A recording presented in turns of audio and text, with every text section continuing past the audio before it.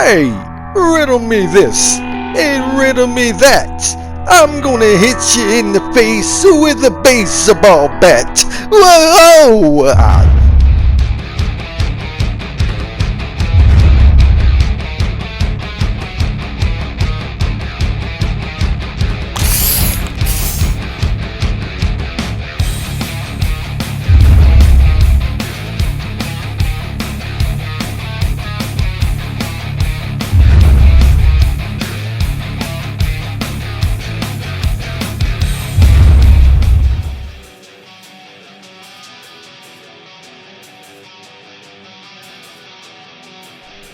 Hello everybody, this is Nate, aka Devil Dog, and I'm back with a new game review. This time I'm reviewing the just released Mafia 3. It was released on October 7th of 2016, just the other day, actually today. It was released on PS4, the Xbox One, the Mac OS, and Microsoft Windows. It is a third-person action-adventure game that was developed by Hangar 18 and published by 2K Games. It takes place in 1968 in New Bordeaux, a stylized interpretation of New Orleans, and the story evolves around a main character you play as named Lincoln Clay, a Vietnam War vet who's on a quest to build a new crime organization to take down the Italian mob. Now, the overall story is told from the viewpoint of several main characters as they go back and forth through flashbacks, telling certain stories, then you jump into them and do them, and it's really cool. It reminds me of almost like watching a gangster documentary. Now, the overall size of the game is pretty dang large. It's bigger than Mafia 1 and 2 combined, and the world has 10 distinct districts in it. They range from the Bayou Phantom, the Delroy Hollows, the Barclay Mills, Frisco Fields, Point Verdon, Tickfall Harbor, South Downs, River Row, Downtown, and the French Ward.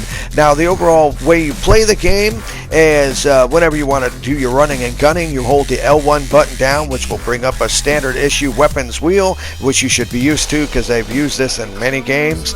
Now, to activate your stealth mode for the certain missions, you hold the circle button. Now, I'm talking on PS4, so keep that in mind. You hold the circle button to go into your stealth mode, and that's pretty cool. Sneak up behind people, and depending on how hard you press your analog stick, you'll actually creep slow or you can go fast, and some people can hear you. Now, when you're behind cover, which I think is by pressing the X button, you'll snap in behind cover, which is walls or anything you can hide behind. It's got a really nice feature that is pretty much called snap cover or swap cover. You just hold in the direction you want to go and press the triangle button, and you'll leap to that leather area, which is really, really cool. Now, in order to shoot your weapon, you hold the L2 button down to aim, and the R2 button is to shoot to pull the trigger. Now, depending on the difficulty that you play the game as, if you play it on super easy mode, you'll get an aim assist, which will pretty much make it to where as long as you're in the general area of an enemy and you hold down your trigger button to aim, it will lock on them. If you sit on super difficult mode, then you naturally have to actually aim the reticle and be spot on, and the other guys are deadly. Keep that in mind. Now, this game actually does have like police in it that are very similar to what you would see in Grand Theft Auto 5, but they're not quite as intense unless you play it on super difficulty mode. If you actually play it on a way harder difficulty, then they're vicious. If you play it on a lower difficulty, they kind of turn a blind eye to just about anything. Now, this game does feature a mechanic that involves you properly abiding by any sort of light system. If you come to a red light and you run the red light, if there's a cop nearby, or if you just happen to upset a local pedestrian, they will end up calling the law on you. And then you pretty much have to evade them and hide from them, similar as you would do in Grand Theft Auto. But I've noticed if you have it on a super high difficulty, the police are not friendly at all. In fact, I accidentally just barely went past the stop sign, and it was near a cop, and he didn't like that. So it did not end too well for me at all. Now, as you play through the game, as a structure of many different missions as you play through, when you first load the game up, it will have a pretty significant load time, but other than that, the load times are rather minor throughout as the levels progress through. The only thing I have noticed, though, is if you actually die in a mission, it can take an upwards of 12 to 15 seconds for it to reload the mission, which actually really sucks. Now, I've played this a lot, over 10 plus hours so far, and throughout I have noticed some glitches. Now, I've played other games, open world games, that have had way worse glitches than this, but I gotta definitely let you know about it. It seems to have a pretty decent frame rate, especially when driving through the city, but it will have draw in. You will literally see cars in the distance and pedestrians pop in, which for a next gen system game built from the ground up, that is kind of unacceptable. I mean, it doesn't detour from the game, but it is kind of annoying when that happens. I've had some stutters in it, almost like burps as I call them, where you're going along and it kind of like the frame rate kind of dips a little bit. Nothing really spectacular, but the main thing I have had is some of the AI of the characters are really fucking stupid, especially the pedestrians. I've had some of them running into walls and stuff like that, and I've had a couple of hard crashes to where the game just locked up on me and I had to reboot my system.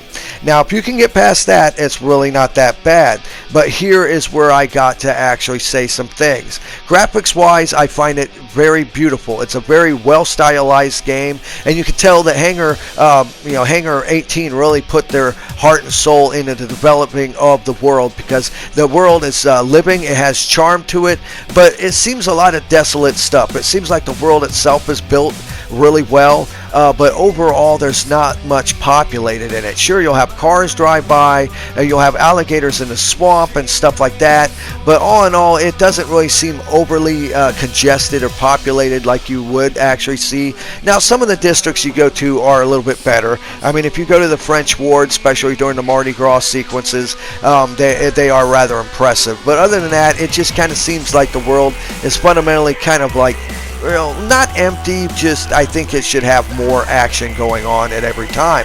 Now, control of the vehicles is kind of a bit iffy. They seem to handle kind of slippery, and especially like boats, which I can forgive boats because they're in water, so naturally the controls are going to be kind of slippery or floaty on a boat.